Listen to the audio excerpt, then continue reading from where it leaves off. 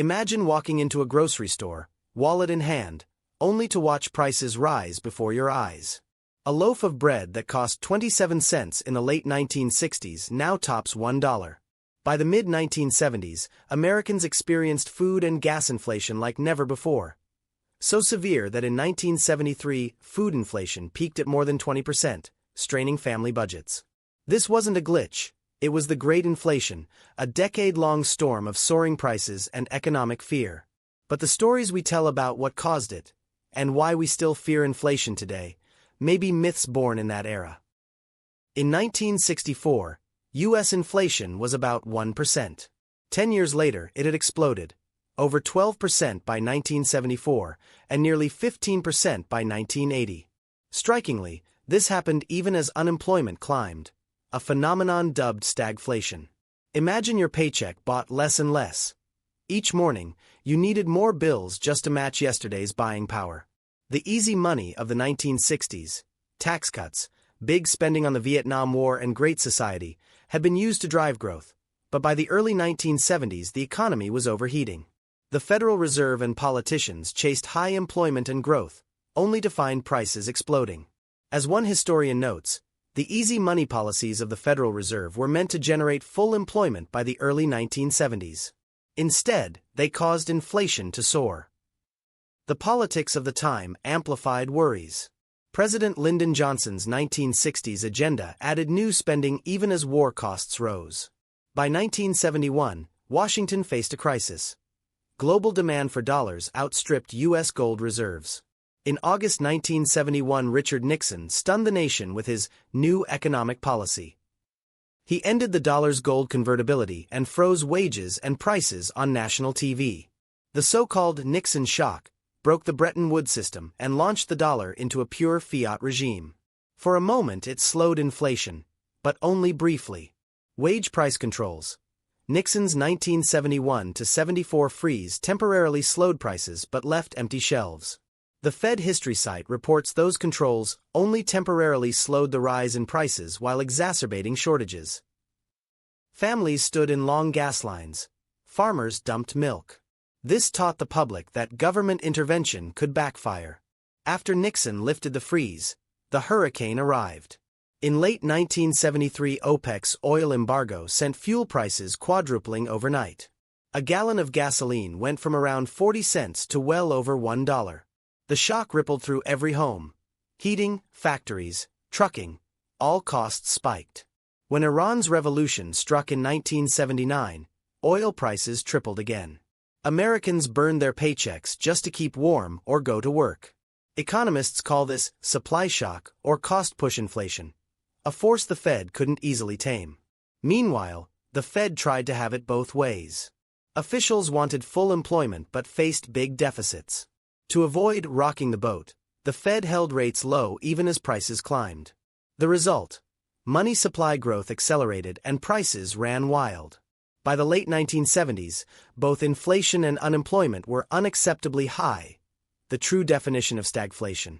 As one analysis puts it, in 1964 inflation was 1% and unemployment 5%. 10 years later inflation topped 12% and unemployment was over 7%. This was the end of the line for Keynesian complacency. Controlling one meant angering the other. By 1979, the message was clear even if painful. Fed Chairman Arthur Burns clung to jobs. Then Paul Volcker took over in August 1979 and waged war on inflation. Volcker jacked up rates to 20%, plunging the economy into a deep recession by 1981. But he won. Inflation fell to 3% by 1983. It was brutal and costly, but it stamped out the 1970s fire. If you're learning from history and want to dig deeper, hit subscribe for more stories like this. Let's keep exploring why the past still matters today. The Great Inflation left psychological scars. People hated inflation and vowed never to let it happen again.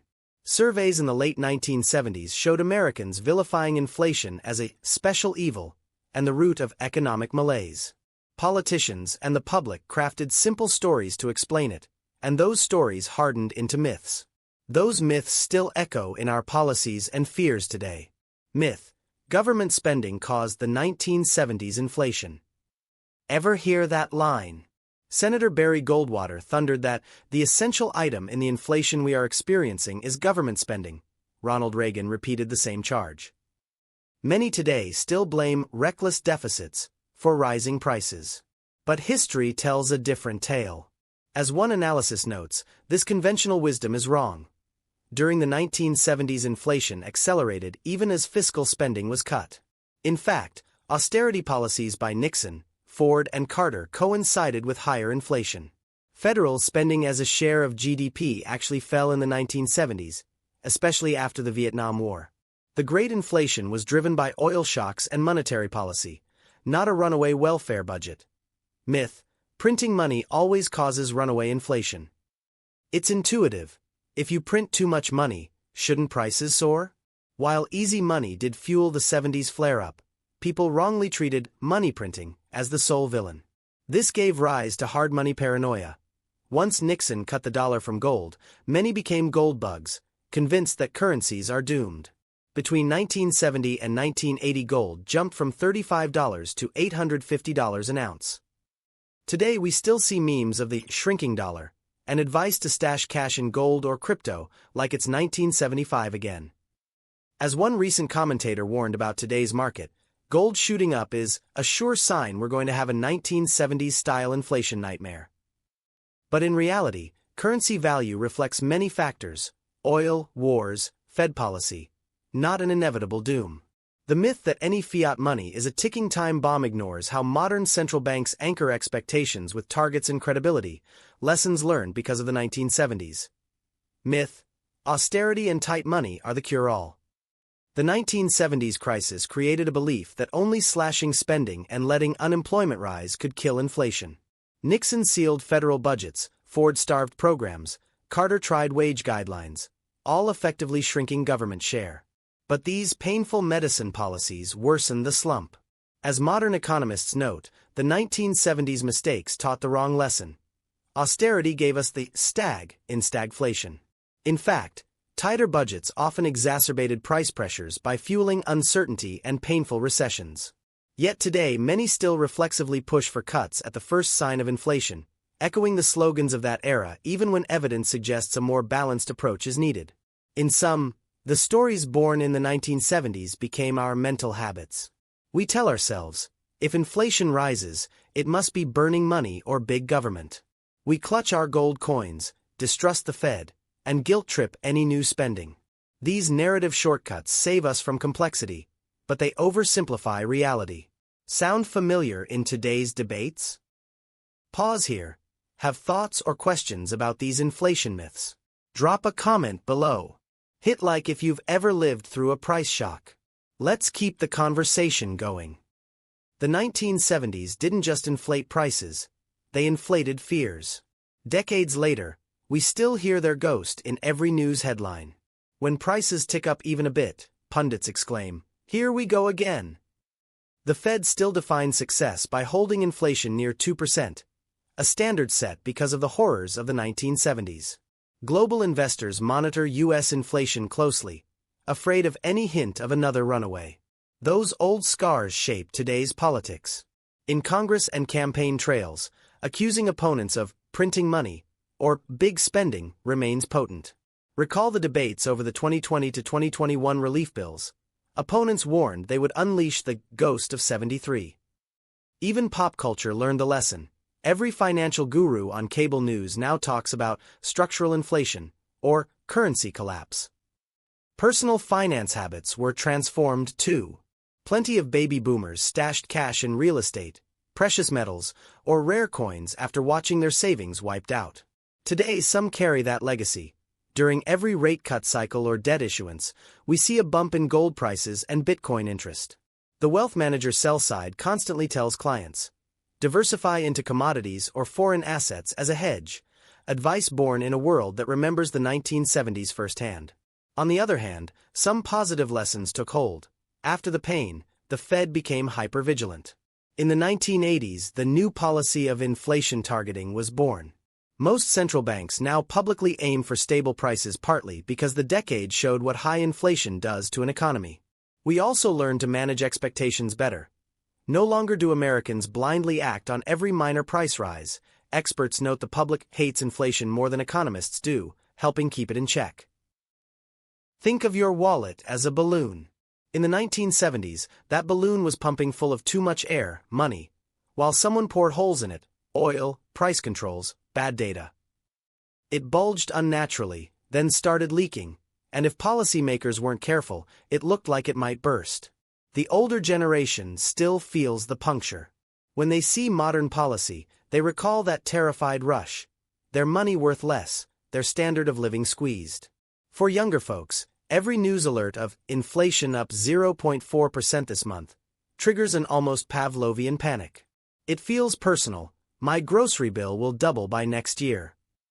Yet as we've seen, small upticks usually don't spiral out of control unless a perfect storm of shocks and bad policy converges. Understanding the full 1970s story reminds us why consumers panic and markets gyrate at any inflation number. The Great Inflation was real, but the lie is that it was one-dimensional. It was not simply evil money printing or reckless welfare. It was a perfect storm of policy missteps, energy crises, and shifting economics. And importantly, we learned from it. Today we enjoy decades of low inflation in part because central banks and governments remember how awful it feels. Yet every new price spike still revives those old ghosts. So here's the takeaway: don't let old stories control you unthinkingly. Next time you hear, inflation is out of control again, ask why. Are we in another supply shock? Are jobs rising or falling? And remember, your grandparents survived bigger waves. They showed us that tough medicine, Volcker's rate hikes, eventually worked.